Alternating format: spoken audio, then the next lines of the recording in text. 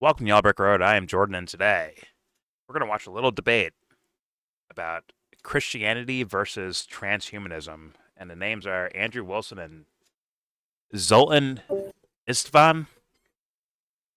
Whatever. We're going to react to this until I get bored. But first, don't forget to share support. Hopefully, donate to all the links in the description box. Also, please check out the Discord link if you want to join that. We are in that Discord right now. All opinions are welcome. And obviously, this video will be linked in that same description box. If you want to hear us pausing, talking over the video, you can go watch it yourself. Because I won't lie, this was kind of recommended to me on YouTube, which happens a lot. And the title grabbed my attention. I was like, man, I want to do a video like that. Curious what they say. So that's why we're here. Either way, check out all that shit, description box. And without further ado, let's watch this debate. Here we go. Actually, let me make sure my volume's actually up. I'm good. We good. Here we go. Whoa, lion's on fire. Yeah, well, I wanted to start by just maybe we can dive into this. Green screening. Humans living twice as long. That is not a factually accurate statement, right? What was that? Sometimes I see this guy he's like in a room and then like he fucking is like debating like 5 chicks at once and like half the time he's losing. It's like red pill man versus fucking radical feminist. The guy at the top left. Yeah. Top left. Like I know. As soon as he said in the room, I knew it was the top left guy. Yeah, like I know him for like image wise, but I never actually like really listened to the guy, so I don't know what he does exactly. He seems like the debate bro type of thing, but or like blood sport thing. But all right, let's hear it out though. Here we go. Humans living twice as long. That is not a factually accurate statement, right? What happened is we used to use infant deaths, and then that would bring the average down for people. But if you got past like the age of 6, you did live to, about the same age that you do now, between 60 and 80. From what time period? I'm just not even going to argue with this. Okay, Look, whatever. People used to die from cavities all the time, but this doesn't really get into the crux of what I think is interesting in this debate for you and I. What's interesting in this debate for you and I is like, really, why does Christianity not appreciate or like transhumanism? Because honestly, the statistics on why people live twice as long or whether they don't is really not important. I'm actually interested very much in why you actually would have a problem. Like you were talking about the zombies in your very beginning of your speech. Hang on, if it's not That's important, then why did you bring it up? I want to talk about. That's what I'm curious about. Why did you bring it up? Because it's part of a sales pitch, right? Isn't it part of a sales pitch to say, look, people are living twice as long now, and that's due to scientific progression and this and that? So you brought this up as part of a sales pitch, and I do want to make sure that this gets corrected, and then we could dive into the other ethical concerns. It's like, no, this is not, in fact, true. Scientific progression. In fact, I would argue that in many ways, humans are living worse lives than they used to through diet, plastics, and many other things which science has brought us, which has not improved the human condition at all. So I don't get that argument. Wouldn't a Christian want someone to develop like a cure for cancer or whatever diseases, or hey, we found out that like this, if you eat this thing, it's bad for you. Let's eat something else. I don't understand why that's anti-Christian or even pro-transhuman. I don't understand why that falls into either one of these guys' categories. Right? Also, he's smoking a cigarette inside made by science. But it's like, okay, if we find out, hey, this little procedure right here could, cure this harmful disease, like, that's not anti-Christian. Okay. I don't know why you would want it. He's all natural. Well, like, don't you want people to live longer, right? Isn't that a better thing? Like not just longer, but like longer with, all your faculties, right? To be like at least mentally in your prime as long as you possibly can, right? But okay. So it's for me a bad start as far as a topic for these two. But all right, here we go. Yeah, and I think real quick, I think contrary to what people think. Like, these things aren't opposed to each other. They're like, they go hand in hand, and they can go hand in hand when you like look into it, like science and religion. Oh yes. Oh, I am absolutely there. I 100% agree with that. But hey, man, content, bro. I gotta be on one side. You gotta be on the other. We gotta. Okay, let's see. Well, to be fair, once again, let's hear where these guys go. But I'm getting a whiff of something that this could be some kind of like no knowledge, no wisdom, like result for the audience from watching it, which to me is just the opposite where you want to go. You want to enrich ideas, right, guys? But, all right, let's hear where they go. Here we go. In many ways, humans are living worse lives than they used to through diet, plastics, and many other things which science has brought us, which has not improved the human condition at all. So, but that aside, it is in fact the science case brought us that books to print the Bible on, bro. Living now about as long as they always did if you remove infant mortality. Didn't science like we can print books in masses called the Bible all over the fucking world? Of course it did. It's like why would you put what science did? Like that's just a stupid statement to me already. But all right, here we go. At all. Sorry, audience. So, but that aside, it is in fact the case that people are living now about as long as they always did if you remove infant mortality. And I just wanted to correct that. And then we can dive into, rich people are living dramatically longer than anyone has ever lived, which is unfortunate because it skews the facts for the normal people. But a billionaire who has access to all these different types of technologies, wow. I mean, they can outlive their predecessors by 30 to 40, 50%. And so that's like a known I'm fact. stuck on the green screen. But hang on. I want to dive into that now, that claim. Okay, because I've heard you make it before, so I went and I looked into it. You're not actually wrong, right? The wealthy do tend to live longer, but that's not just due to medical access, right? It's due to impulse control. This is what's hilarious. Is like this is completely left out, right? The idea here is that people who are generally wealthy, they become wealthy because they have great impulse control, and people who don't have good impulse control, so they engage in very self-destructive behavior. That's often why the lower classes die at higher rates than the wealthy, not because of immediate access to medical care. That's not actually the case. So that's another thing that you say. It's literally the complete opposite. What the fuck? They get to go through with their impulse control the most because of their wealth. Like fucking, what's his name? Dan Bazillion. Banging models all day and night. Like, come on, son.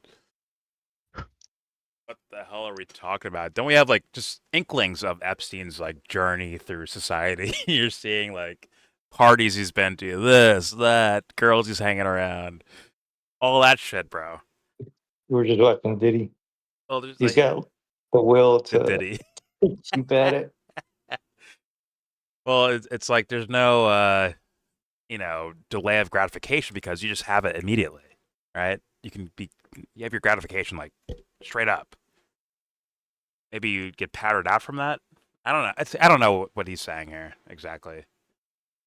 If he's comparing like they're better people, they're disciplined, and that's how they're wealthy. But he tied it to healthcare though, Jesse. That's why it's weird because it.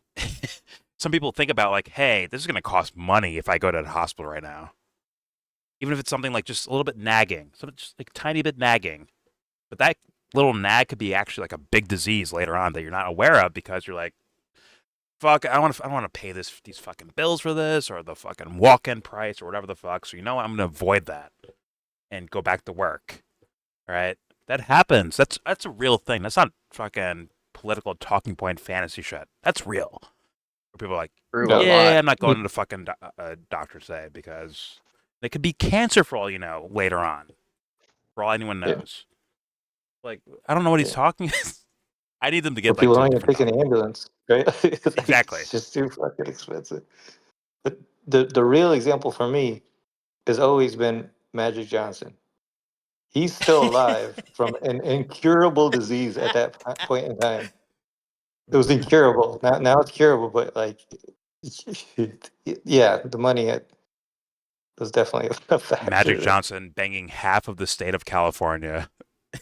He gets a disease and still going. He's fine. Some other motherfuckers, bro, they're gone already. aren't they? But I want them to like. I thought it was going to be more so like hardcore ideological. This debate was going to be that instead they're just going off of, you know, I guess social circumstances. I guess of like. Well, we haven't heard the other guy yet. True. Fair enough. But it's like, hey, this is what you get. He might just be the moderator. Well, I think the Lord Jake guy, Lord Jake, what a name. I think he's the moderator, but. My bad. That's that. Thought you were talking about that. I thought he meant the other guy. Like, oh, okay, maybe Jesse did mean Lord Jake, Lord Jake here.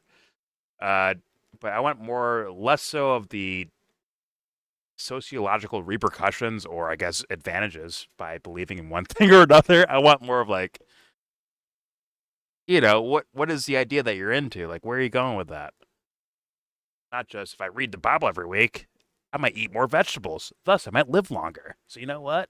This is the right way to go. Like, I don't want to hear that fucking explanation. I want to hear you say some like woo-woo ass shit to be in the face of the whole quote-unquote technocratic transhumanist idea.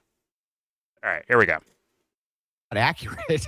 Andrew, let's dive into transhumanism. I'm really, this is an opportunity that's wonderful. Once again, this is probably cut forget who's living longer, whatnot. I mean, I want to know why Christians are not willing to, en masse, embrace transhumanism. And I think you had because there's no ethical system behind it. So the idea here is like you come up. I know that you understand philosophy. I started to read your book. Forgive me. I wasn't able to read the entire thing before the debate. I didn't get very far in it, but I did order it. I thought that the premise was interesting. I do enjoy science fiction, so forgive me for that. But if you start with an unjustified axiom, in this case, it's just a preferential axiom. Human beings should be immortal. It doesn't tell us anything else. So you're going to have to attach that to another system, and that's what you're going to do. I don't know what that system's going to be exactly. Maybe some form of utilitarianism. Or some bygone for you to, but that's why they have a problem with it, is because there's nothing attached to it. Why should we be immortal? Why? Okay, that makes sense of a question to me. Although I didn't know what he meant by system initially, because that sounds in my mind, it sounds like very robotic of a word to use, system. But I guess he's like, what's the point? We live forever. What's our point of living forever? Why would we live forever? What will we be doing? Like, what is our point to doing that? You could say, oh, it could be fucking hedonistic every fucking day, go party on yachts or whatever your reasons are. That's not a bad question. Although I don't like the word systems personally, but that's an art thing. That's not a practical argumentation thing.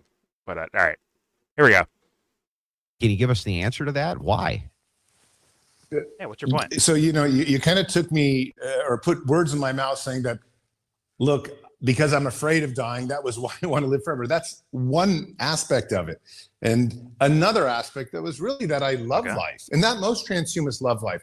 They're curiosity addicts. They just want to see what happens. I mean, what a time to be alive right now with the age of AI and all these longevity treatments and things like this. I mean, this is an amazing experience. So that's a huge facet of why people don't want to die as well. So my love of life is a huge reason why I don't want to die. And let me just say that's to answer. Now, to help him out here, to help, actually, it would help the Andrew guy out. Like, you're going to have to make a distinction between, like, the idea of, hey, my moment-to-moment life feels so valuable because it feels limited, too. Like, I'm going to die one day, so thus, I'm going to quote-unquote live it up, if you will, whatever that means for whatever individual. But if you eliminate that idea of living it up because you're just here forever, what's your fucking point? Like, what are you going to do here? Is it happy sunshine every day? I don't think so. I don't think that's what people actually want to experience. I think they want to miss that buzzer beater shot, in basketball, miss that shot, and it's like, fuck, I missed it. Like, they can try again. To try to make the shot. Like there's like a balance thing I think happening in regards to life, and just, hey, I love my life, everything's happy here, is not good enough for infinity. I think there's a lot more complexity to it, and hopefully this Zoltan guy has thought a little bit deeper about it. Maybe he's just trying to be brief for the sake of discussion. But I would hope he thought about it a little bit more than, hey, I'm really happy. It's like, what is happiness? What is that thing? It's like, what? I don't want to think about that. But you have infinity, so you're going to end up thinking about it. It's like, what the fuck is happiness? Right? Yeah, on and so forth. The wink, wink, the rabbit hole could get. All right, here we go. Facet of why people don't want to also, die. Guys, as please well. tell me to pause So if you want to my say love anything. of life is a huge I reason why I don't want to run. die. And let me just say that's, to answer your question, that's what starts to form the ethical framework of my version of transhumanism. Now, of course, transhumanism is wide, just like Christianity is. There's probably a lot of versions, a lot of ethical boundaries and ethical frameworks. But mine is because I love life enough to want to live indefinitely. And from that, you can kind of take a whole set of standards. And most transhumanists would agree that the scientific method is the best ethical framework to discovering that set of standards. Now, of course, scientific method is not an ethical framework. I agree with you. It's totally not. But it provides a very sound board upon which to create this ethical framework that you're searching for. No, it doesn't. And come on, the scientific method is perfect. The scientific method is designed to give us. No, it's designed to give us descriptors. It can't tell us what to do with any of this stuff, right? The idea, first of all. Well, okay. Now to Zoltan's, once again, I think he made a stupid point there. That the scientific method can be an ethical framework. No. But if you're quote unquote Christian and you say God is my ethical framework or he created my ethical framework, you can use the scientific method to find out if God exists, essentially, right? But that's why these, in my opinion, dumb fuck new atheist style things and the hardcore I believe in the man in the clouds thing, that's why they'll be arguing for infinity to me, apparently, like ideologically. They'll be jockeying for position back and forth. Major pause for that. They'll just be doing that for forever to come, in my humble opinion, because once again, they're basing their ethical framework on a being. Now, if the guy can be like, hey, man, what if this being doesn't exist? Let me show there's no evidence to show that this being exists scientifically. And thus you end up in the kind of a conundrum, I would think. But, yeah. Yeah. I wonder if this Zoltan guy, no offense, I wonder if he's a little bit silly. He's a little bit of a ditz. Because that was a silly thing to say to me. Or, in my humble opinion, I think that was a very silly thing to say. Scientific method and ethical framework. I don't understand. I don't get it. I know what ethics is. It's a framework, but not for ethics. Yeah, right? That doesn't mean, like, if I find out that when I do this kickflip on my skateboard and fucking kill someone, right? It's just like, okay, like a hypothesis and a theory and an repeatable thing, possibly. Or you have, like, other data to see it as repeatable. But what does that have to do, like, how you feel about it? Like, if you think killing people is wrong or not. It doesn't really, right? It doesn't give you that answer. So, like, that's a very silly thing to say. I guess we'll hear Andrew's response to that. But that was kind of ridiculous. All right, here we go. The scientific method is designed to give us. No, it's designed to give us descriptors. It can't tell us what to do with any of this stuff, right? The idea, first of all, working as an engineer, robot specifically was what I worked on more than anything else. The idea of we're in this massively sophisticated, almost Terminator level technology is absurd. We're not. Most robots you'll find in every type of plant you can think of, from automotive to food, regardless of where you are not particularly sophisticated. Many of them are still using 1970s, 1980 technology with photo eyes and pusher arms. That's actually the type of technology that you're dealing with. There are some elite companies which have designed some sophisticated Johnny Five-like robots. That's true, right? But we're not nearly as progressed as people would have you believe on that front. The reason I'm tying this in and kind of explaining this and expressing this is because when you say that the scientific method can itself be a starting position for some ethical framework. It can't. It's not even designed to do that. It's designed for you to make an observation, and based on the observation, come up with a hypothesis and test it for a descriptive truth, a material truth. It does not give you moral oughts and can't. And so neither can your starting axiom of immortality. When you say why, you just give me a preference. So why? What are you grounding this in? You can like, as a practice, you can attach your ethics to and use the scientific method as a tool for that. Like, hey, I don't want to like harm anyone. By your definition of harm, right? You set those boundaries of like what your definition of harm is, what circumstance it is. Maybe it's emotional, maybe it's physical, maybe it's both, right? Whatever. I don't want to cause like trauma or harm or whatever the fuck, right? If you set those standards, then you can like find out, okay, if I do this, am I harming someone? Now you're bringing in kind of that method, at least, like, even if it's not physical, it could be mentally gone through, right?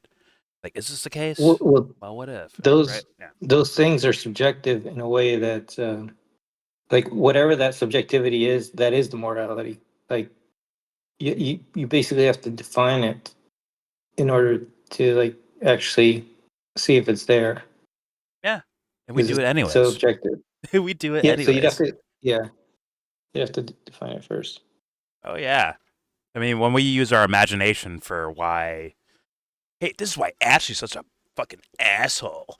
Ashley's an asshole because she did this. You have your own imagination of what Ashley did, like her mentality behind doing her action, right? Not saying like fully consciously, but maybe just a little bit subconscious, right? Where you're like, oh, Ashley's just a vindictive little bitch. That's why she's doing this, right? She's like fucking you over in your imagination, right? And she's doing physical behaviors, which is also part of your own conditioned experience of physicality as well. So you have motive, physicality, all this put together, which you probably use the scientific method to actually achieve in the first place, or at least you like partially use that. And then you add like that little thing, that little spark of life, which is why. And the why might give you why you're against it or why you're for it, right? Like, this is bad because you're doing all this to harm me because, like, right? They may come up with a simple kind of idea behind it, regardless of levels of sophistication of words. The core of it is actually that's where the ethics and morality is, I think, in my humble opinion, because we can't occupy each other's spaces, right? Or psyches. For the most part, maybe. Who knows? Woo-woo. But if we can't actually do that, then it's kind of us looking as individuals and like, I wonder if this is what Sally was doing.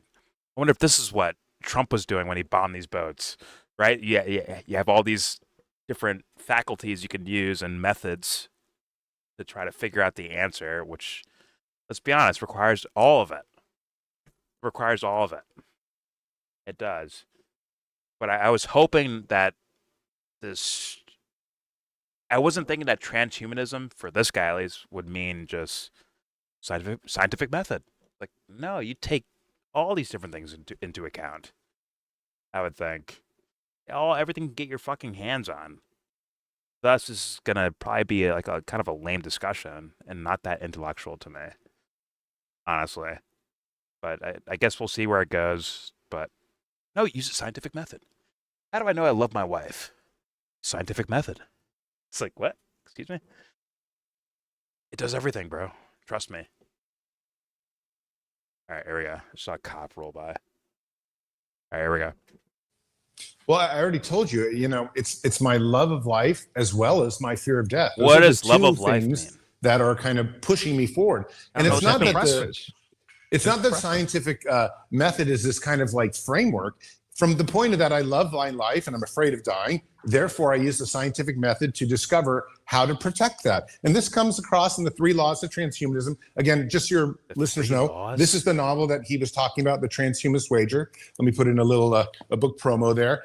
And this starts off with the 3 laws of transhumanism, which really say you're trying to acquire power to protect your life because you love it and you don't want to die. And the scientific method just provides all the different ideas, philosophical nuances, and rules, laws that you might follow in order to best fulfill that idea that you don't want to die. The scientific method does not provide for philosophical nothing. That is not what its job is. Its job is to only explore material claims. That's it. And to test those material you can do it psychologically against too. descriptive reality. But you use those material claims to try to it's move always bound by forward. something I else. didn't say anything while you were always going. Just give me a second to respond. Something else. Right? You can use those pieces of evidence, I guess, to push forward some other types of material claims, like, well, 100 people are hungry, right? And here's the measurement for that. But what it can't tell you is why you ought to feed them. Do you see the distinction there?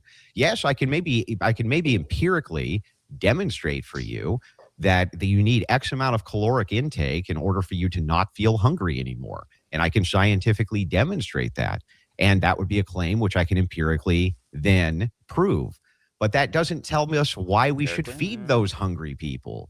That's the distinction. Why ought I do that? Why ought we do these things? And this is the problem with your entire grounding, is that it's axiomatically flawed because it just starts with a preference. I want to live forever. But that's nice. But why should we live forever? Yeah, but you're kind of putting words in my mouth. Listen, obviously I want to live forever, not just because I love my life, but because I love people around me, including you guys, including family. Oh my God, this guy's a fucking lame, bro. Why are you debating this guy? No offense. Maybe just like open discussion type of thing, which is fair enough. But like the Zoltan, I don't understand why this guy's here. Like, well, I want to go to Olive Garden, Applebee's, like, but he's like taking the intellectual aspect of it out of it. It's supposed to be like kind of like a lot more grounded. Even though like I use different words, I use plenty of different words when it comes to things that people don't normally use for these type of discussions. And I would do my best to try to define them for whoever I'm talking with. But this is like, hey, why do you want to live forever? Well, I love life. That's not fucking good enough, dude. That's not a good enough answer. Well, such as my life, I like having other people around too. You're not getting why someone's asking why. When he says the ought in that scenario, you don't get why he's asking that, do you? And it's fucking Bob the fucking neighbor. Hey man, wouldn't it be cool if like, we had fountains that like spit Bud Light out for like Sunday football games, you know what I'm saying? Like, wouldn't that be cool? It's like kind of like stupid sounding.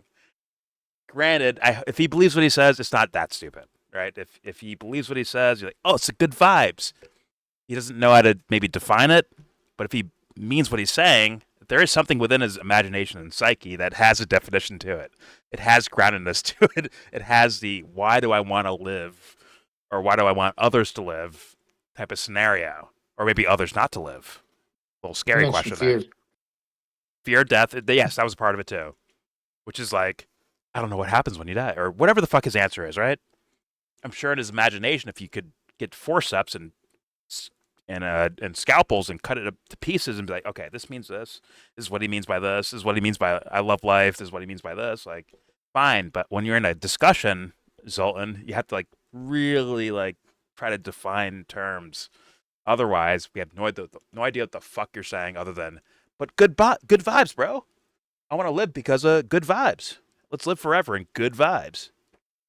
Right? It's not so, you got to think about it a little bit harder. And once again, I'm no stranger to creating my own terms, or maybe not terms, but words I use for certain ideas. I'm no stranger to that. I do that all the fucking time. But at least work on them and do that, Zoltan. Otherwise, you sound like you don't. It sounds like you don't know what the fuck you're talking about, in my humble opinion. But also, maybe he wouldn't love life as much if he was immortal. I wonder if he ever thinks about that. Exactly. There's an entire, once again, wink wink, rabbit hole to fucking run through with these ideas. And yeah, good vibes is not enough. Not enough, my man. And it's like, yeah, you're right. Like, imagine like serious contemplation. Like, what if things go wrong? Like, what does that mean? What if your wife, what if you're in love with I love this woman, I love her so much, but you guys live forever, and she's like, you know what, I'm done with you. She dumps you for another immortal guy. It's like, what do you, like, are you now permanently, immortally, like, tormented? Like, no! Stacy, no! Like, what happens? right? Like people aren't supposed to live forever. Like that's it's not the way. Like Yeah. if you think about like would we still have like would people still reproduce, have children? Like would we just fill up the planet? Well, that's the scientific method question right there, right? Like what are the Well, I mean, what does there's it mean to live consequences. forever? Are we birthing people? Are we like right? I'd work in that area. There's consequences. Like do you like are you really immortal, or do you have some kind of deterioration or loss of things? Like you lose even your memory, right? Like just normal things. Like maybe not if you're transhuman and with a machine, but Well, like like but if you really are in a machine, like I think that's kind of dumb too, because well, like that's not gonna have you like is it, so you basically give yourself up for like a robot because you're not there. well, I think You that might be part of what he's thinking. Just the way he sounds a little bit ditzy. No offense to him, he just sounds that way. It might be like transfer your consciousness into this robotic body type of thing. Then I'm like, well, yeah. then I go, it's like, once again, to lean into the scientific method or just even like the imagination of a scientific method style thing, right? Where it's like, okay, does the Earth live forever? Does the sun stay the sun forever? Does it explode? Does it create black holes? Like, does all this physical phenomenon around you last forever too? Like, what happens, right? It's like, it begs the question. It may sound like a little bit silly in the meantime. You're like, oh, you know what I mean by live forever? Like, yeah, but at the same time, like it does beg the question of like, hey, will the oceans like run over the like like is what Joe was saying, right? It's climate change. Will the oceans like take over land? Will other animals evolve and like, yo, what's up, bitch? We're gonna fuck you up. Like, what's going on? Will aliens show up? Yeah. Will the atmosphere Well, last? Like all these things, right? our whole evolution was because offspring and offspring keep like essentially there's a form of it, um, like just experimenting, right? Just through randomness, if or whatever. But Mm-hmm. there's some sense of like us dying and being replaced, and dying, being replaced. That's how we evolved to this point. So if we want to just stop doing that, stop. Like this is the end of the line for like whatever nature's doing, and we're just now we're going to do robots because we think we can do better than nature. Um, like yeah, we could help it, but it's I, I don't know. It's just there's so much wrong with like. I guess he wrote a book on this, but Was that his book? I thought he was like promoting someone else, or is that his actually? Okay, maybe that's his book. I think it is his. Oh my god. Okay, yeah. that was like a But I mean, pretty we big already book. hear Like, his form of thinking, so, well, so it's just to throw that. doesn't seem like fully examined. Yeah, it just to throw this out here, Jesse. But you forgot about God's will. You forgot about that, right? Wouldn't that be like the other idea of this guy say like as far as like evolution goes, right? Let's say like, okay, we're gonna stop evolution right here. Boom. We have evolved. We are now immortal. Here we are. We're stopping right here, right? Essentially, this guy's saying, well, That's all right. evolution happened about maybe by God's will, right? The Andrew guy, I'm saying, like that might be his answer. Not Oh, saying I and know. yeah, he hasn't mentioned God at all. Like, but Well, this he's Zoltan guy's. actually explaining. I think he's looked at transhumanism, in my opinion, so far more than the author. Well, the Zoltan guy has not said any, and no offense to him, once again, he has not said enough to actually put kind of a bit of a weight on the theological argumentation for this type of stuff. I don't think the Zoltan guys put enough pressure in that arena, to be honest with you. Oh, wait, which side is Thus Andrew's meeting him in that area and just kind of wrecking him in that area. Good. Oh, who's pro religion here? On I believe the Andrew these guy, two. right? Okay, yeah, that's what I thought. Okay, Andrew Wilson. Yeah. okay. Okay. All right. Let's keep playing here. Fascinating. There we go. Society. I mean, and I love the Earth. I mean, there's a whole range Earth, of reasons that I you want love to like live indefinitely and strobe not lights, die. And that's because life is great. So when you talk about I family, love raves. you want to protect them. So that becomes kind of part of this whole intrinsic why I don't want to die or why so I matter love of life. fact. Where's that intrinsic I thing come understand from? that you have individualistic reasons for why it is that you, Zoltan, wants to live forever. I get that completely. But do you understand that that is not a prescriptive ought for why people ought to want to live forever, right? You're not giving us that part. You're giving us instead a baseline axiom that you came to through your own preferences, which does not tell us why we ought to follow it. He didn't even do that. It doesn't give us anything. And because of that, what you've done is you've destroyed the entire idea from the Christian perspective of teleology. Why should I be immortal, Zoltan? Why should I do that? Teleology? The idea I've from never heard you that is in my like, life. Oh my. well, because you prefer it. It's like that's it. That's the whole game, right? But listen, every person that comes to transhumanism must make a choice, and the choice that I've made, which is they love life enough or they're afraid of dying enough to want to do something more. And let's be honest, the same thing happens in Christianity. To accept the grace of the Lord, everybody has to personally come to Jesus, beg for forgiveness, and be given the grace of God. It is a journey. We all make this journey individually, whether it's Christianity, whether it's transhumanism. So I think I feel like you're just kind of fuddling around with words and concepts, but not really actually coming down with how there's this huge distinction between Christianity and transhumanism. I think everyone feels like I do. Nobody wants to die. They have family they love. They love the planet Earth. And if they can live longer, they want to do that. But he doesn't understand the distinction. Go ahead, Jesse. Go ahead. So he doesn't understand. Like, I don't think he's even captured what Andrew means about like why and the ought or morality. Like all of those words kind of flying over his head.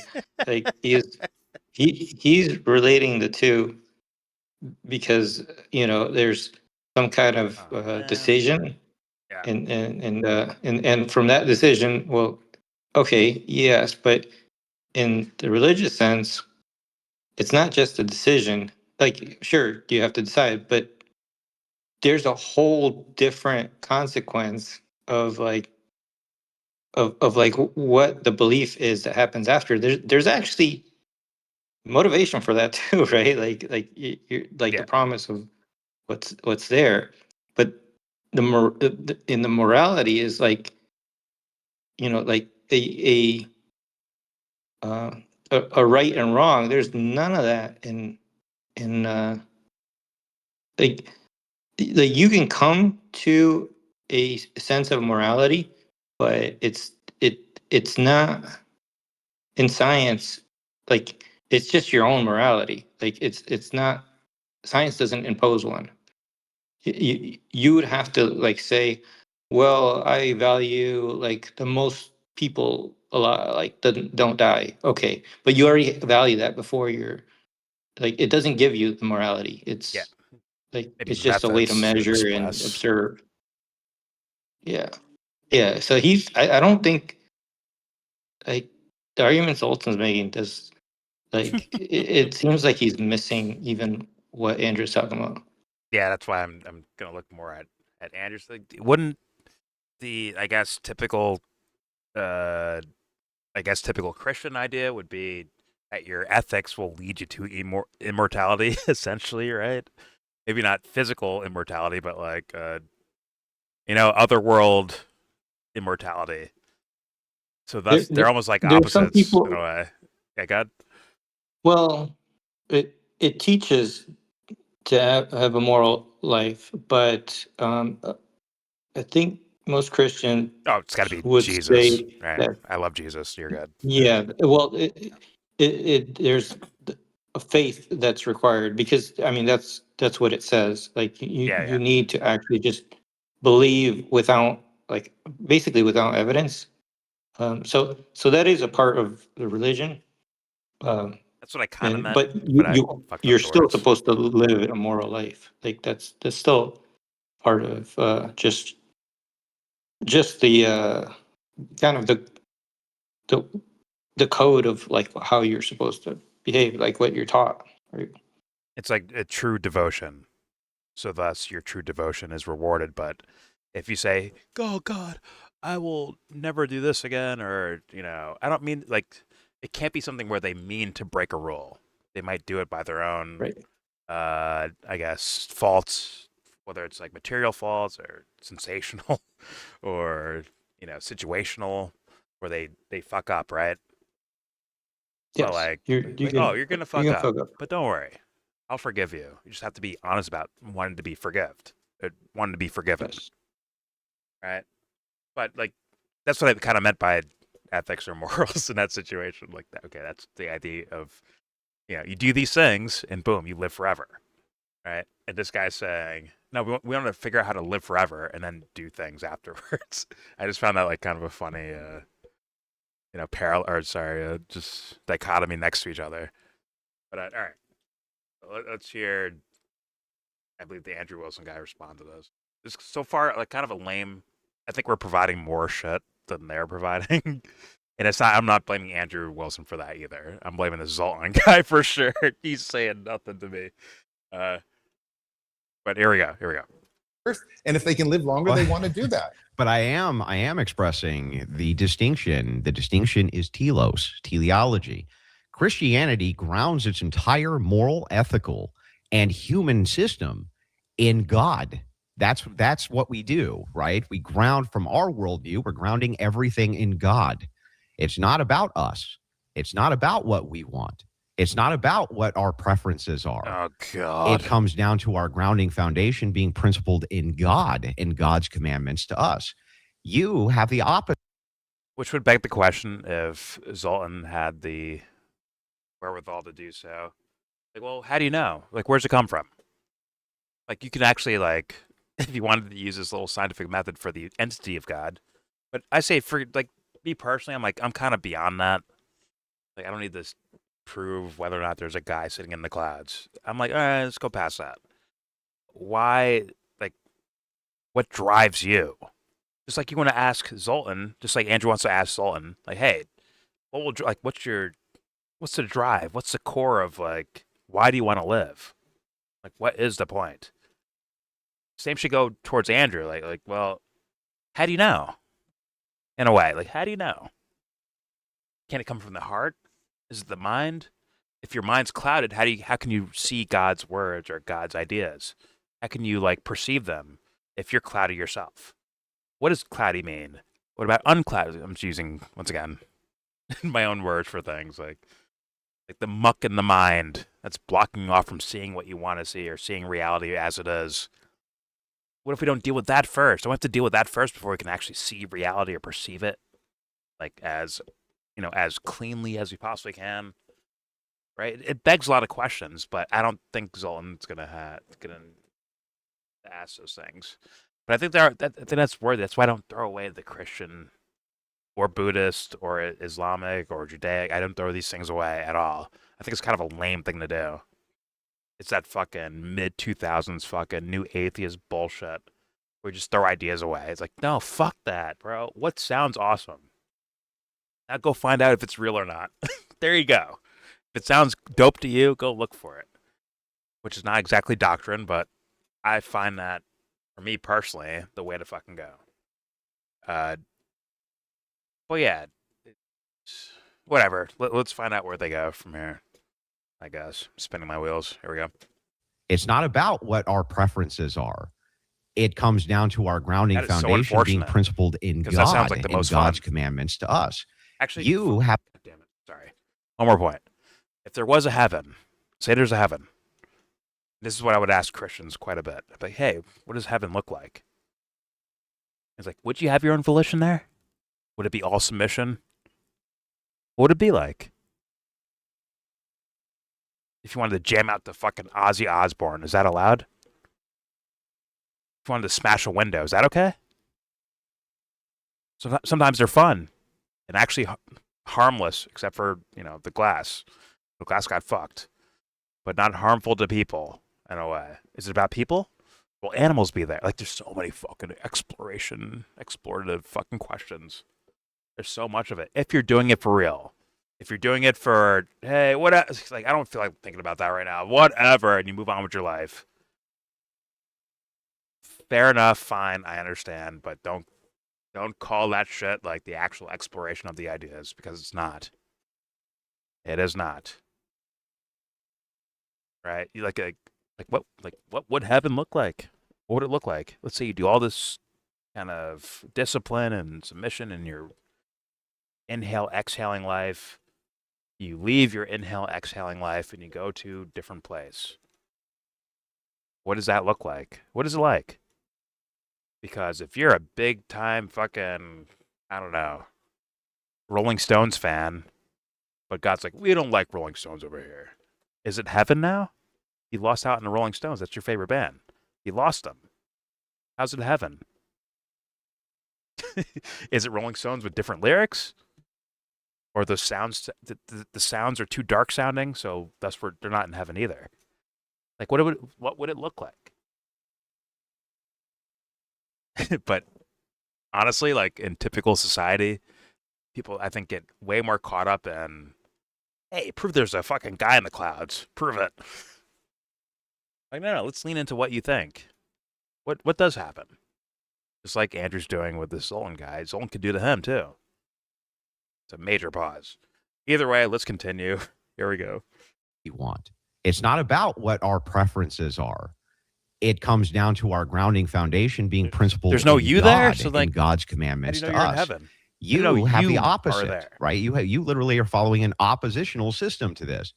Whereas you are saying everything that I have a preference for. Instead, I am God. I am the person who is the ultimate arbiter. I am the person who ultimately gets to be the decision maker, the decider. I am the person who gets to Unless you guide can escape everybody's yourself, life you're or kinda my stuck. own life, this type of thing. Now, hang on. Andrew, Before you say you've nailed it. No. This is great. You finally got it. This is exactly right. And what you just said. And I appreciate you taking it because now you've taken us to that next level. Listen, you are right. Transhumanism is a selfish son of a bitch philosophy. Whereas Christianity is really this framework that God already existed. Transhumanism, we're out in the open. I was thinking about this. I was driving today. What was I going to tell you? I'll tell you the truth, man. I'm lost. I am so lost. I've asked for God in my heart. I've asked for all sorts of things. I studied religion when I was in undergrad and graduate school. But the reason I'm lost is also the reason that I have discovered transhumanism. It is a philosophy that has kept me comfortable, happy, and able to be the curious entity that I am. It's like a cult or something. Gave you purpose. Like, Yeah, no, it gave me purpose. But do you you're see? right, 100%. Do you see now? Like the idea here for Telos, purpose. That is what Christianity gives that you can't give, and this is the problem. No. Right? I absolutely have purpose too. I love transhumanism. I know relegated you have a preferential because you're purpose, but at the arguing same time you say you have purpose. Man, I'm lost. Lame duck Man, Zoltan. I'm lost. That's why. The thing is, it's funny. Hang on. The thing is funny here. Ultimately, this reminds me. There was an old Justice League episode, right? An old cartoon, Justice League, right, with Superman, where they make the cyborg, and the cyborg can live forever. And he accumulates all this knowledge, and he decides he's going to destroy everybody on planet Earth. And he's arguing with Lex. Looks like Charlie Kirk, does it not? Right? And the cyborg says the exact same thing you just said to me, to Lex Luthor. He says, I see blue and red. I don't know. I have infinite power, and I have no idea what I'm supposed to do with it. I'm completely lost. I can't tell what the fuck I'm wayward. What am I supposed to do here? Right? He was just as confused as you are. Might I introduce you to Jesus Christ as potentially being your Lord and Savior for this purpose? Right? Japanese. And that's the idea of purpose, Zoltan. That's why American eats Christianity. I thought you would introduce me, but I think the reality is that I have searched. I have Ryan Reynolds. What is that? And all these things. I was raised a Catholic, so I mean, I was been around this forever, but it hasn't happened. So for me, who doesn't want to die because I love life and because I'm scared of dying, I found transhumanism as the best philosophy that I could find to get me off this planet into the stars and trying brand new things, creating artificial intelligence, maybe going back to things where we become different hybrid animals. That's all great. The Star Wars era, the Star Trek era, this is what transhumanism is about. And yes, it doesn't have this teleological foundation that you create, that you say you have with God, which is great. You have it. But transhumanists don't. So we have to create that. And I don't think it lessens the purpose in any way. I think purpose is something. I get it. You have your life. I have mine. Like, I get that idea. But the point is that you guys are debating each other. right? So like you're supposed to kind of try to affirm your idea and actually use his arguments to reaffirm your own ideas, essentially. I thought that was the point. Like either one of these guys, right? I thought that was the point. It can't just be like, oh, you believe what you believe, I believe what I believe. Maybe at the end when you're like, all right, we're done debating. Let's be fucking regular dudes at the bar now. Okay? You believe what you think what you think, I think what I think. But like for the sake of argumentation, for the sake of argument, it's not supposed to be that way. You're supposed to actually have an answer for like, well, what's your point? You're supposed to have an answer for that. And Andrew's supposed to have an answer for like, what if your idea is wrong? He's supposed to have answers for that, as in like he thought about it before, like heavily thought about it, and that's why he is where he is now, as far as his thoughts. Right? I thought that was supposed to be the case, but I guess. Okay, here we go. That we feel inside, but I think it's interesting you bring up like Star Trek and Star Wars, right? Star Trek. Both science fiction, where you've conquered all sorts of human conditionals, and yet the entirety of these sagas are conflict-oriented and conflict-based around worldviews and ideology. In Star Wars, between the Jedi and the Sith. Both religions, by the way, technology did not surmount them in Lucas's mind when he looked to the future. The same exact thing in Star Trek, where the first thing you did was have a federation of communists, right? And all that happened is that now your enemies became entire other planets rather than just your enemies on your own planet. Interestingly enough, when we start to explore the human condition of what happens when we advance technology to its zenith, and we can now go and explore with other species, what we find very quickly in our own thought exercises manifested through our own Hollywood executives is that we're going to blow each other up. We're going to find photon torpedoes. Okay. That's not a bad argument. I'll say fair enough. It's kind of grain of salt, but it's also kind of interesting, as in like kind of like a visual thought experiment playing out in front of you. At least the good ones are, right? Like the good films that are actually like openly challenging the audience about like, hey, what if, right? That I like that idea. Star Wars, I don't know as much about Star Trek, I'll be honest with that, but I've seen all the Star Wars movies. Star Trek is about exploration, space. Fair enough. Like discovering new worlds, meeting new planets, different aliens, and it's kind of a thought experiment because they're involving beings. Even if it's aliens, right? Yeah. They're behaving a certain way, right? The characters.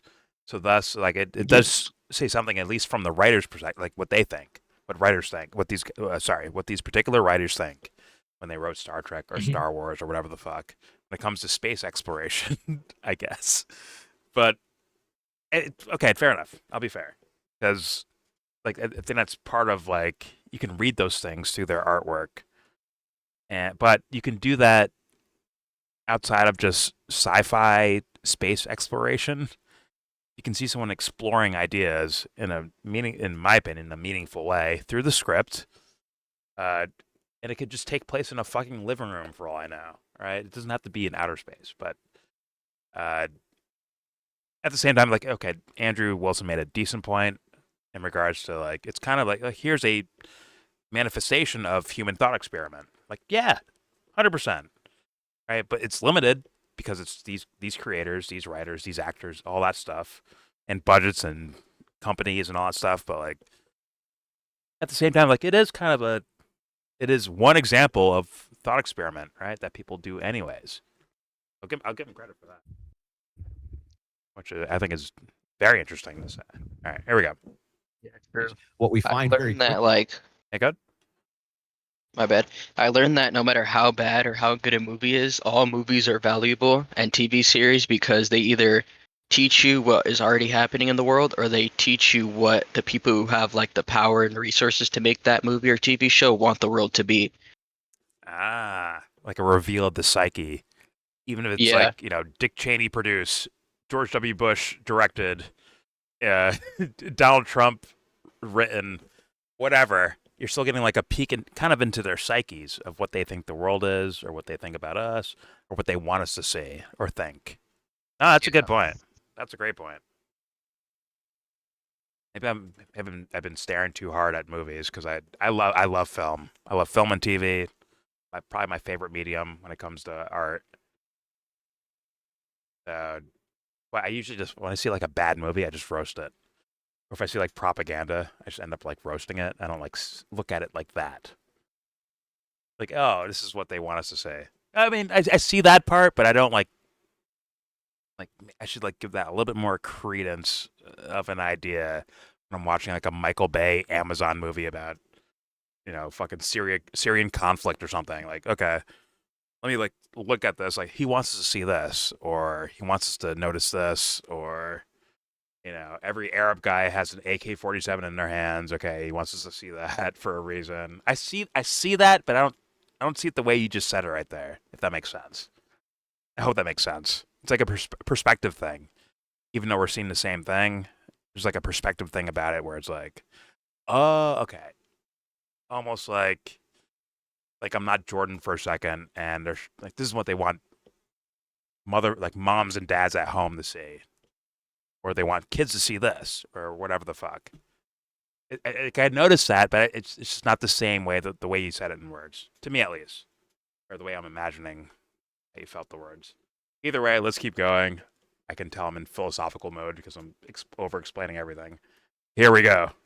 In our own thought exercises manifested through our own Hollywood executives is that we're going to blow each other up. We're going to find photon torpedoes. We're going to do all sorts of, in other words, the horribleness of the human condition does not go away with technology. And immortality also would not solve this, Zoltan. I agree. Like, there's a lot of implications with immortality, which are way more frightening than death. For instance, what if you're immortal? Let's say that we had little nano machines that I could put in your body that instantly they keep you not only aged, right, properly, but they also, are able to synthesize some type of product which they inject into you, which takes care of almost all of your material needs, your water, your health, things like this. Now, of course, this is technology we're very, very far away from it if we ever get to it. But it would perpetually keep you alive forever. And let's say you pissed me off one day. So what I did was I took a 55-gallon drum and I stuffed you into it, and then I sealed the top and welded it and buried you 500 feet into the ground. Does that sound like a condition that you would want, or would you prefer death? Episode of Angel. Would you prefer that I've seen before? Death? Do you want to be buried the idea that you would alive be sealed in a 55-gallon drum, be immortal under the ground down for eternity, essentially? No, many transhumanists would say like some type of slavery, someone would as find you're you. describing, Duh. or eternal pain is definitely worth non-existence. But I want to go back to purpose, because what you said was really, really interesting. You have an innate purpose because God already exists, according to you. And transhumanists do not. They have to create their purpose. And I would argue that creating your purpose in the end makes purpose more justifiable, more grandiose, better than the purpose that you have, because God already existed. I like the idea of being an inventor and creating my own purpose. Yeah, that's taking great. choice but as a matter of fact. Do you realize how this is actually self-refuting? If it really just comes down to the idea of sex of the population having a preference to do X thing, in this case, your preference is that you follow transhumanist ideology because you want to live forever, or upload your mind into a data machine, or whatever it is that you want to do. The specifics, I want to be in Fortnite forever. Quite as much.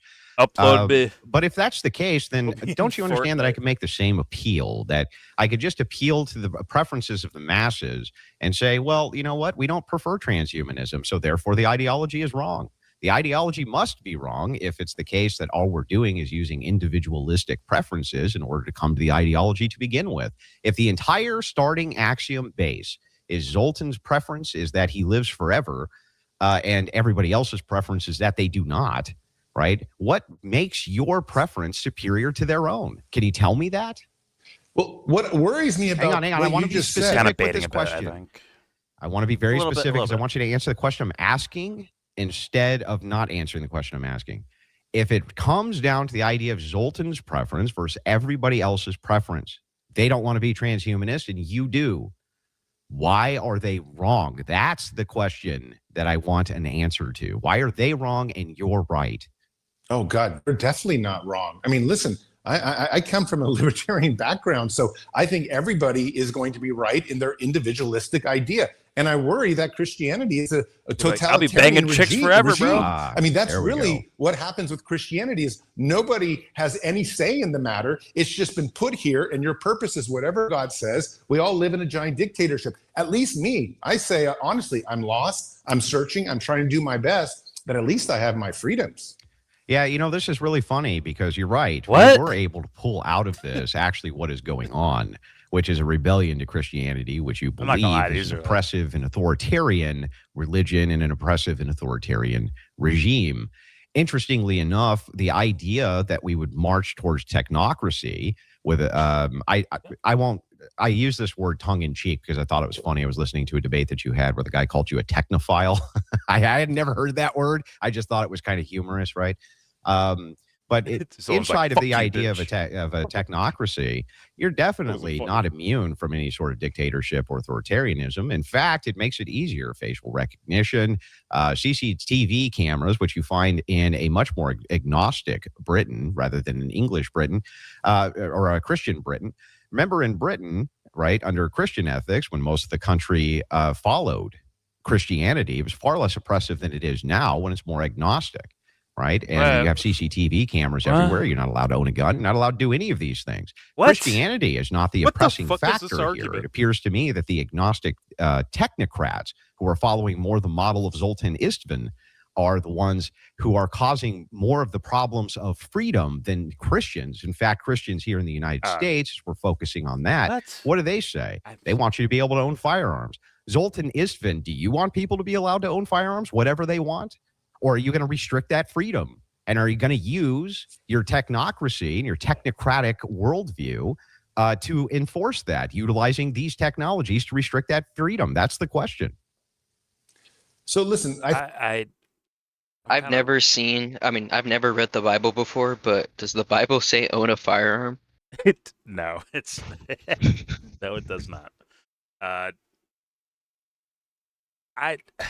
I thought the Andrew Wilson guy had more angles of argumentation to go through. I guess like if the Zoltan guy says, "Hey, everyone is immortal now, right?" They have, if you use Andrew's example of like nanobots that feed you and make sure you're good no matter what, it's like there wouldn't be kings or queens in that regard, right? There wouldn't be, right? Because Bob can just like, I don't need to like pump gas to put a roof over my head because I live forever anyways. I can just do whatever the fuck I want. Like it's weird because there's no ground rules for what live forever means. Does it mean without pain? Does it mean without like physical pain? I mean, like, can you break your arm but you're good if you like? What is the scenario here? That's why it's like it's so ungrounded, and thus the follow-up questions end up sounding stupid too, which is where I'm at right now. That's how I feel about this discussion. And it's like Andrew. It feels like Andrew Wilson's just like, woof. He's not asking those tough questions you can ask about religion right now. Woof. All right, let me press him on his kind of vague, kind of silly, matter-of-fact ideas, at least in words.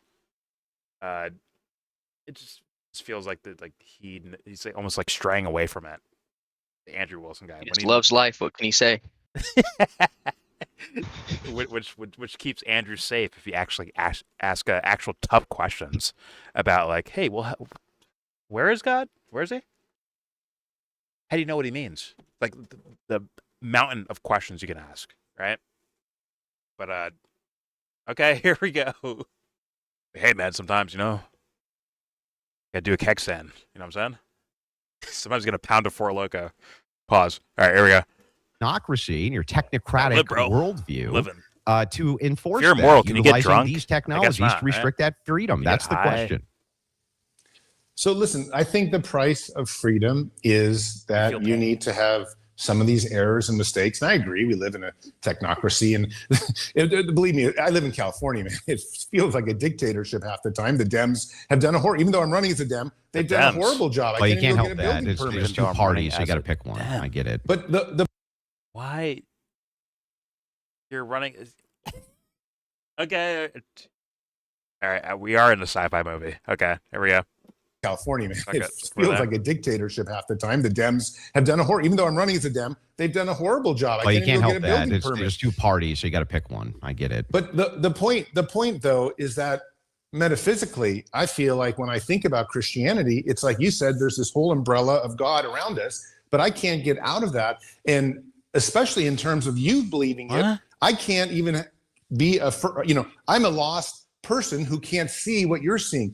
And I don't like that. I like the idea that in transhumanism, everybody can be right to the extent that they are an individual and they can try to improve the world or improve themselves. So you're right. There may be less, I guess there's more freedom with what I'm saying, but maybe less progress and less security for sure. But I'm not sure that there's more freedom. It's kind of a dictatorship to me. Wait. What am I saying? Which would be dictatorial? You have to remember that under my view, right? What did Christians actually bring us? Isn't it the same thing that you always appeal to? When in the essence of freedom, it was Christians who claimed that God gave man. God, this was their axiom, created men equally and gave them certain inevitable rights, right? Or certain rights which were beyond dispute. Get out of my right in the Declaration where they declared their own independence, this was the case. Now, you can argue that some of them were deists, and I would agree with you. But the founders, right, there was tens of thousands of contributors to this. Most of them were Christians. They gave you the most freeing doctrine under your worldview that anybody ever has. No technocrat has ever done anything like that. Nothing like that. No transhumanist has ever done anything like that and affirmed these types of freedoms as being institutionally based. A right to speak your mind, for instance. A right to own a gun. A right to not have your privacy invaded. The right not to have the government go through your own effects and papers, the right to not incriminate yourself, the right to do all of these things which are ingrained. They were given to you by Christians, not by any sort of technocracy. There's a ton of things that transhumanists are doing. We have the right to create technology that overcomes cancer. We have the right to create technology that can overcome cold or hunger and things like, I mean, we're doing things all the time. Why do you think people are living these incredible lives, traveling all over in jets? What are there, 30,000 planes, jets right now in the air? I mean, we are doing this, and this is not something that you can say is a fucking cigarette. I'm fucking wrecked, bro. What the fuck am I watching? I actually took this serious for a little bit. Go fucking jet skiing, bro. It's transhumanism. You can get LeBron front row seats for LeBron games. You could do that shit. This fool's chain smoking. I don't know what the fuck's going on. No offense to chain smokers. Listen, I'm not judging. I'm just making fun of everyone. Forgive me. But what did you say, Jesse? Like this guy's a child. This fucking dude, bro.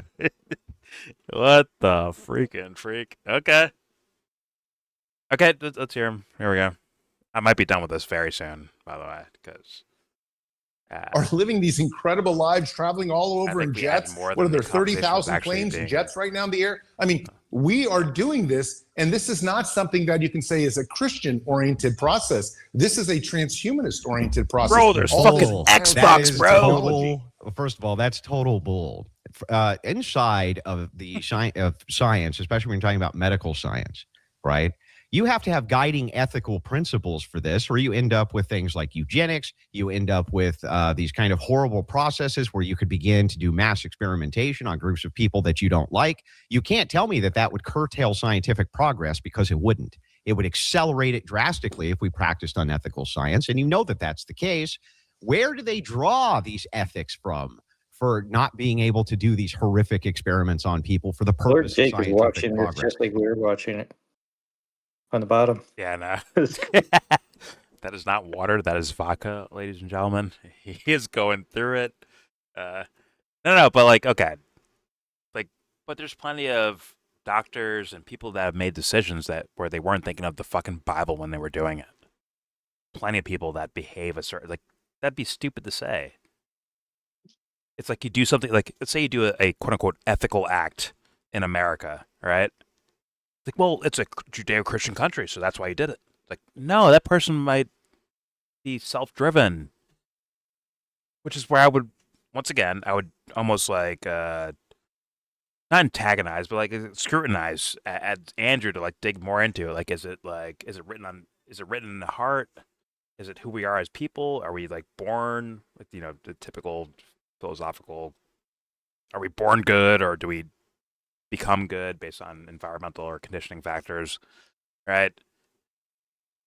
Like is it strictly like, did I say I believe in Jesus, that's why I do good things, right? Like what is it? But I think the Zoltan guy's too ditzy, bro. I don't want to call him dumb because if he believes what he's saying, you know what? He could be a ditz, right? He's not purposely trying to harm people, so maybe. I'm not saying he. I have no idea personally, honestly. It sounds like his own interest. Like he's Sounds like a ditz, not right? Like a prescribing it to the world. Like everyone should be transhuman. He's like I want to be transhuman I want to for live himself. forever. Yeah, He's a he's guy, not imposing. right? He's the He's guy. libertarian. He's the guy interviewing the vampire, bro. He's like, listen, I want to live forever. Zolan interviewing a vampire. He sees this guy who starts off by saying he's afraid to die, and he wants to live forever. No, Jesse, no, hold on. I think that was actually his philosophical, like that was his argument. Like, okay, let's take for granted that, okay, I don't want to, I'm afraid to die, and I want to live forever, right? He's like, okay, but go ahead. Yes, and Andrew looks at him, and he starts chain smoking and just showing like, I will take time off of my own life in front of your face. Like you just like before a match, like before a fight, and you just like basically intimidate the crap out of the person where you just already won. Just did that. Oh, that's fucking hilarious. He's just taking the minutes off. I will take years off my own life right in front of you. Oh, that's so funny. He might just be his chain smoker, also. There, which is not an indictment on his character or who he is as a person or his ideas. Just saying. But the Zoltan guy has not shown me that he even gets the questions that are being asked and how to answer them. Like I don't think he's thought about it. And that's me being nice. Let's continue. There we go. Science can't make the claim not to. Its purpose is not to do that. Science itself cannot claim that you can't do unethical experimentation to achieve your technocratic future. That's Christian ethics you're drawing from, sir. That's Abrahamic ethics that you're drawing from for the purpose of what ethics keep this confined. What puts the guardrails on it, in other words. Right? And it gets all conditioning. You have no odds to give anybody for what guardrails should be there from science, except preferences that you have informed by my religious worldview. You didn't come to this religious worldview yourself. It came from your Catholic upbringing. It came from the Christians around you telling you what is and is not ethical through a course of your entire life. And so your view aligns with that. So at the same time, you steal my view to say, hey, this is what's ethical inside of science to reach this utopian future. You also are busy degrading it and saying that somehow it's entrapping and it's non-freeing and it's curtailing freedom. Because you got to pick a lane there, man. I'm not sure I'm bashing it here. And I want to say also, it's not just we're picking from you. We're picking from all the world religions and all the world philosophies. I mean, Buddhism and Confucianism and the Chinese. I mean, Krishna and Hinduism. There's a whole bunch of things we're picking in order to move forward. But it's not just religious. The philosophies that have evolved, the Enlightenment and things like that. It's this idea of just using as much reason and rationality as we can. But let me just say, we live in a Judeo-Christian world. I'm grateful for that. I think there it is. I promote that, to be honest with you. I think that is one of the best frameworks. If I have a neighbor, I hope he's a born-again Christian, because most born-again Christians are very, very fine people. Yeah, but don't you realize? Okay, we're stupid. This is I think I'm done here. Okay. I mean, like, don't you want to say, like, oh, okay. In my humble opinion, based on my thoughts about the world or thoughts about outside the world, right? Spirituality, all that stuff. I think you would have to still move in my idea of things. Once again, you still have to move like kind of towards what I'm saying in regards to you have to know that you're you before you can look at quote unquote God's words or even science itself and be assured that you're seeing what you're seeing, right? Because you can't just take conditioning factors from your parents or your church or your science teacher or whoever, your girlfriend, your boyfriend, whatever. It has to be like actually authentic. Otherwise, you can't say you're seeing what you're seeing if it's borrowed from someone else. In a way, it is unique, right? Your own eyes are your own eyes. Your own mind is your own mind. But if you're like, I'm using what I imagine Stacy's idea to be. I'm using what I think Bob's idea is, what I think Andrew's idea is, or Zoltan, or the preacher, or the pastor, or the monk, or the whoever, right? The leader, the rabbi, whoever. If I'm doing what I think is what they're doing, or sorry, I'm doing what I think they're imagining I should be doing, that's still degrees further away from like, who the fuck are you? Thus, to confront God or to confront immortality require the same thing, which is authenticity and existentialism. Because how the fuck do you know you're being authentic unless you, in a way, shave off the things that, like, what is not me? Right? You have to kind of like shave those things away from yourself. What is me? Right? That will have to be answered first before you can do anything. Thus, they're both stuck in the same conundrum. Although Zoltan's kind of a ditz, and he's kind of just stuck no matter what, apparently. He's just lost, in my humble opinion. But, all right, I'll leave that there. Still interesting for us like to talk about these ideas. Still very interesting. And I would recommend people go and... you know what, I'm going to... all right, I'm going to look for... even though it's not the same topic, but it is... there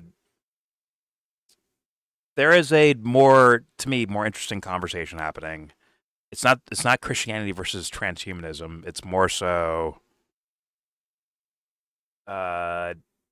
what is versus what if, right? Not even like what isn't. It's more of like what is versus like what if, and those ideas clashing with each other, I think is very interesting. And at the time period, it's like the time period, what was it, like the fucking 80s or something like that? 80s, yeah, like 80s, early 80s, maybe 90s, where these quote unquote world renowned scientists from different disciplines all just sitting down talking to each other.